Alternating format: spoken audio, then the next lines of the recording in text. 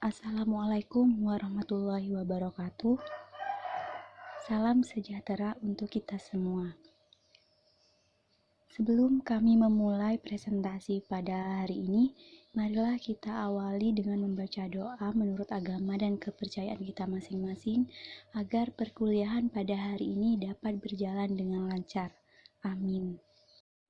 Kami dari kelompok 3 yang beranggotakan Francisca Mawardani, Martina Sri Maharani, Vivilia Aprilida, Dona Milinia Purba, Misnati, Ahmad Taufik Purwanto, dan Lutfi Hasanatul Muna akan mempresentasikan mengenai defisit anggaran.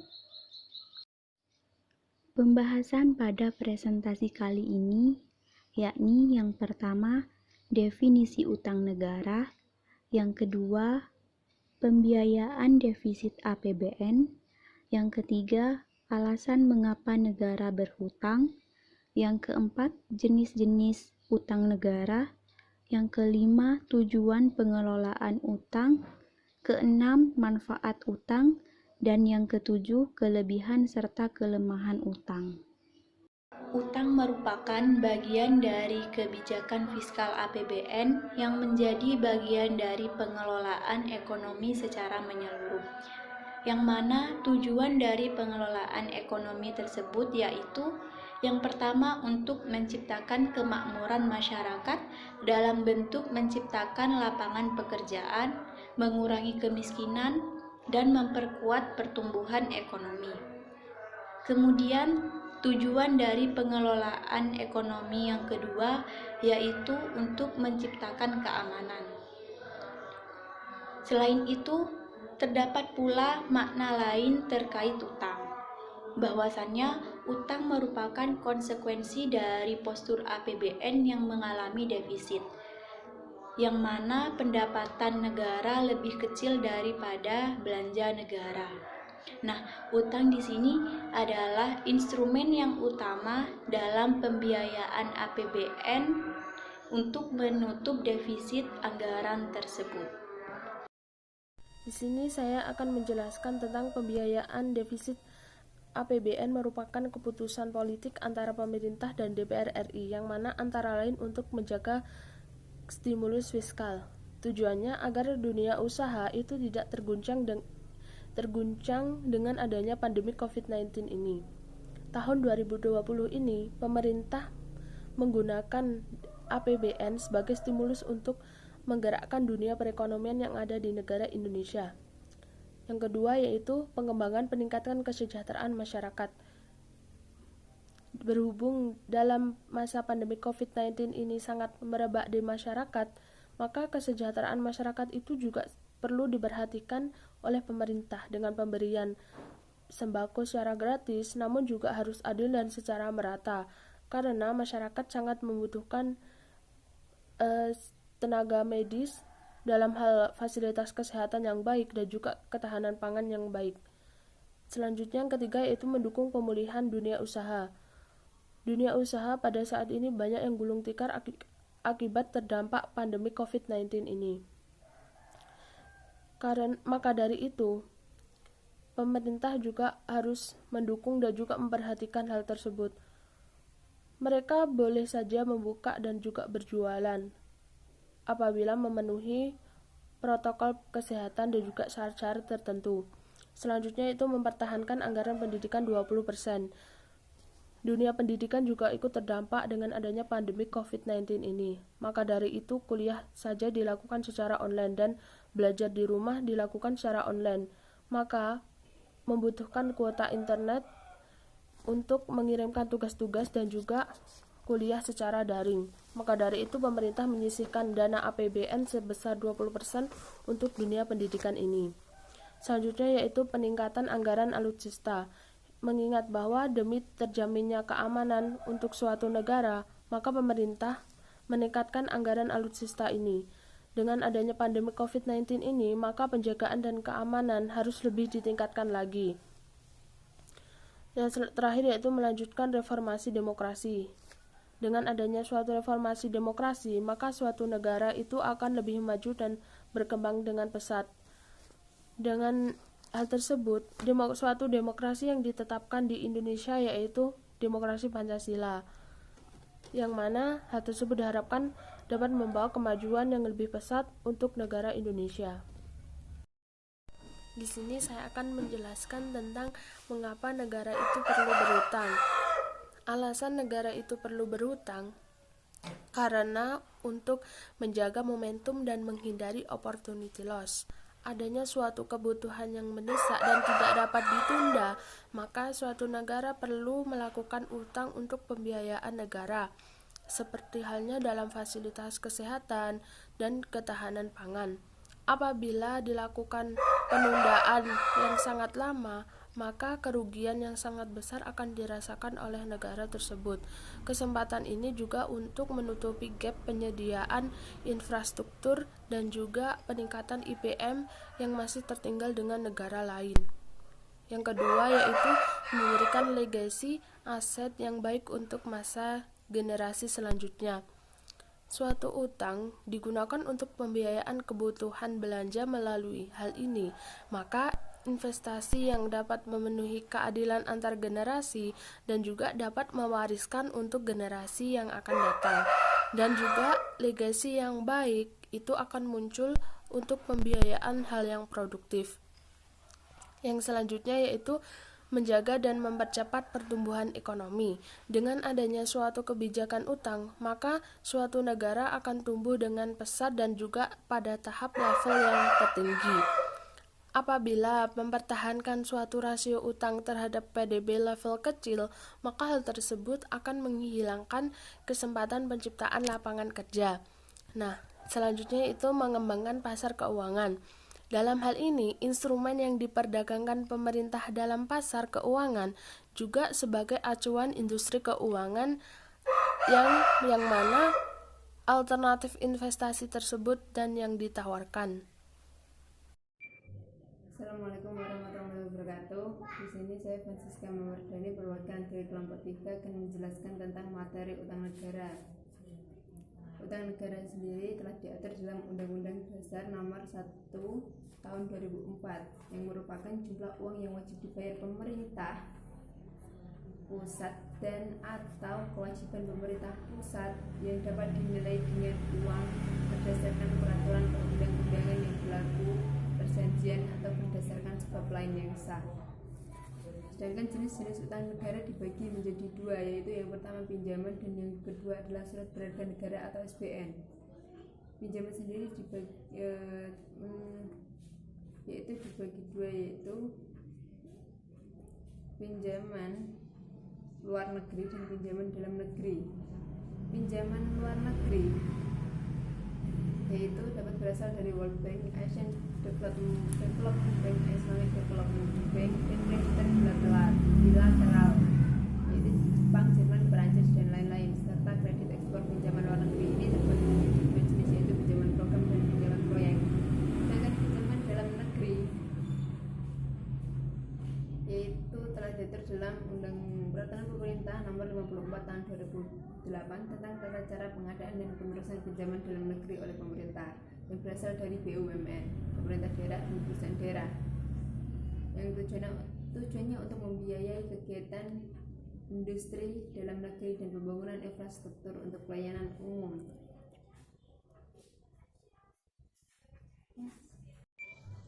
Sedangkan yang kedua yaitu surat berharga negara atau yang disebut dengan SBN, itu juga dibagi menjadi dua, yaitu SUN dan SBSN. SUN sendiri yaitu surat utang negara yang seperti obligasi ataupun surat perbendaharaan negara. Perbendaharaan negara itu waktunya jangka pendek, sedangkan obligasi itu lebih dari 1 tahun. Dan yang SBSN atau surat berharga syariah negara itu juga berlaku untuk jangka pendek dan jangka panjang. Yang jangka pendek semisal Islamic T-bills, SBSN retail, dan SBSN jangka panjang itu IFR atau Ijarah, Fixed Rate, Global Suku SDHI atau Suku Dana Haji Indonesia. Terima kasih. Tujuan pengelolaan utang memiliki dua tujuan, yaitu jangka panjang dan jangka pendek. Dalam jangka panjang memiliki dua tujuan. Yang pertama, mengamankan kebutuhan pembiayaan APBN yaitu melalui utang dengan biaya minimal pada tingkat risiko terkendali, sehingga kesinambungan fiskal dapat terjadi. Kedua, mendukung upaya untuk menciptakan pasar surat berharga atau SBN yang dalam keadaan aktif dan likuid. Tujuan jangka pendek yaitu untuk memastikan tersedianya dana untuk menutup defisit dan pembayaran pokok utang secara tepat waktu dan efisien. Saya akan menjelaskan tentang manfaat utang. Yang pertama yaitu pembangunan infrastruktur bagi negara berkembang. Negara membutuhkan berbagai pembangunan untuk sarana dan prasarana bagi seluruh rakyatnya. Jalan tercepat dan jalan pintas bagi negara untuk segera membangun negaranya adalah dengan meminjam dana kepada negara tetangga yang memiliki dana yang cukup. Adapun pembangunan infrastruktur yaitu pembangunan jalan seperti jalan tol dan jalan layang. Yang kedua, pembangunan sebuah kota. Yang kedua, menutupi kekurangan anggaran. Fungsi utang negara untuk menutupi kekurangan anggaran seperti kas, bisa jangka pendek dalam belanja yang tidak dapat ditunda, solusi mengurangi beban belanja untuk membiayai utang dalam APBN tahun berikutnya. Yang ketiga, utang luar negeri sama halnya seperti modal pembangunan. Untuk dampak positifnya, negara dapat membangun infrastruktur dengan modal yang cepat. Uang yang negara pinjam akan digunakan untuk membangun infrastruktur, fasilitas, dan subsidi dalam program pemerintah. Selain itu, yang didapat ini tidak sembarangan digunakan meski untuk kepentingan bangsa. Dengan penggunaan yang sesuai dengan porsinya, ini perlu dibagi rata agar semua program yang telah direncanakan berkembang meski sedikit demi sedikit. Yang keempat, menjalin hubungan bilateral. Indonesia yang berhutang dengan negara lain ataupun dengan lembaga keuangan internasional dapat membuat hubungan yang lebih baik.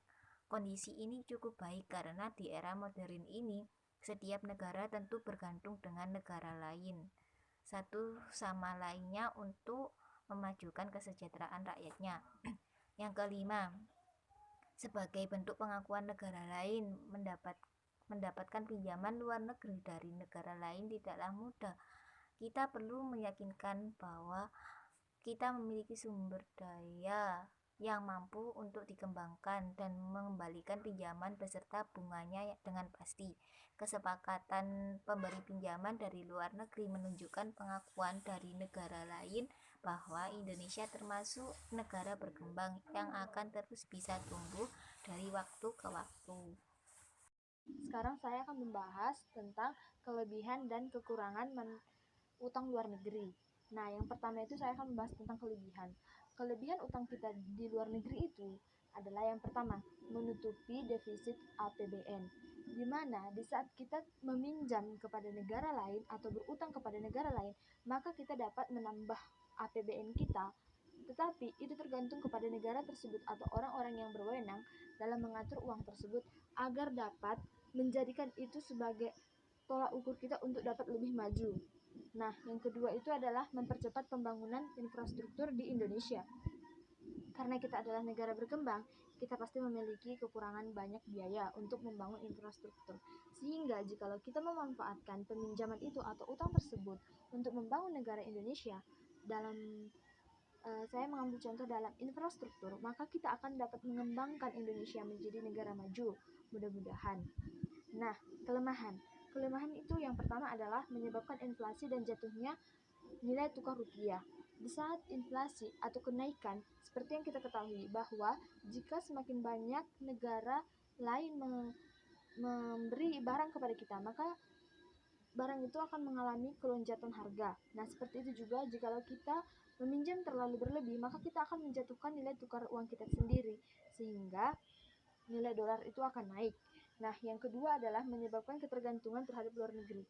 Contohnya kepada diri kita sendiri. Jikalau kita terlalu sering membutuhkan orang lain tanpa kita harus berusaha terlebih dahulu, maka kita akan menjadi manusia yang ketergantungan. Seperti itu juga negara. Jikalau kita sudah berutang, tetapi kita terus-terusan berutang tanpa ingin ada kemajuan, maka itu akan mengakibatkan kita menjadi negara yang ketergantungan. Oleh sebab itu kawan-kawan, marilah kita berubah, marilah kita menjadi negara yang tidak berpatokan kepada utang, tapi marilah kita memajukan negara Indonesia. Terima kasih. Baik, saya akan menjelaskan melanjutkan penjelasan dari teman-teman. Yang selanjutnya itu di sini itu ada tabel tentang pembiayaan. Yang mana tabel di sini itu perbandingan antara tahun 2019 dan tahun 2020. Yang mana tabel tersebut itu menjelaskan yang pertama itu penerbitan SBN itu mengalami kenaikan, yaitu sebesar 160,2 triliun dari target APBN. Yang kedua itu ada tambahan pinjaman program tunai, itu sebesar 60,4 triliun. Kemudian yang ketiga itu juga pembiayaan investasi pemerintah itu yang mana investasi termasuk yang pertama itu pembiayaan dalam rangka mendukung program pemulihan ekonomi nasional, yaitu sebesar 150 triliun. Yang kedua itu tambahan pembiayaan pendidikan, yaitu sebesar 18,6 triliun. Yang mana untuk memenuhi alokasi anggaran pendidikan itu sebesar 20%. Kemudian selanjutnya itu menjelaskan tentang tambahan penggunaan SAL, yaitu sebesar 45,6 triliun. Kemudian yang terakhir itu menjelaskan tentang rencana tambahan pembiayaan, termasuk itu pembiayaan pandemic bond, yaitu sebesar 449,9 triliun. Bisa teman-teman lihat pada gambar di samping pada tabelnya untuk lebih jelasnya. Pemerintah pada tahun ini telah menyusun APBN 2020 terbaru di tengah wabah pandemi COVID-19 ini, yang mana pembiayaan utang di tahun ini itu mengalami pembengkakan menjadi 852,9 triliun dari yang sebelumnya itu sebesar 300,7 triliun. Perlu kita ketahui bersama bahwasannya pembiayaan utang ini dilakukan untuk menutup total defisit pada tahun 2020. Yang mana defisit tahun ini itu sebesar 852,9 triliun atau mengalami kenaikan dari yang sebelumnya itu sebesar 545,7 triliun. Tercatat pada bulan kemarin defisit APBN itu akan mencapai 5,7% dari PDB atau nominalnya itu sebesar 552,9 triliun. Sebelumnya defisit hanya sebesar 307,2 triliun ditargetkan di APBN 2020. 372 triliun ini sebelum Indonesia mengalami pandemi COVID-19. Kemudian di sini kalau ditanya dari mana sumber dananya, sumber dana yang pertama itu pemerintah menargetkan penerbitan SBN atau surat berharga negara yang lebih tinggi tahun ini atau naik sebesar 160,2 triliun dari target APBN, sehingga total penerbitan SBN ini mencapai sebesar 549,6 triliun. Yang kedua itu pemerintah juga menarik pinjaman luar negeri, yaitu sebesar 5,7 triliun, dan pinjaman dalam negeri itu sebesar 1,3 triliun. Kemudian yang ketiga itu pemerintah juga menerbitkan bond atau surat utang baru atau pandemic bond, yaitu nilainya sebesar mencapai 449,9 triliun. Cukup sekian dari kelompok kami. Apabila ada kesalahan, kami mohon maaf. Tetap di rumah, jaga kesehatan, jaga diri baik-baik. Semoga kita tetap dalam lindungannya, dijauhkan dari segala penyakit. Akhirul kalam, wassalamualaikum warahmatullahi wabarakatuh.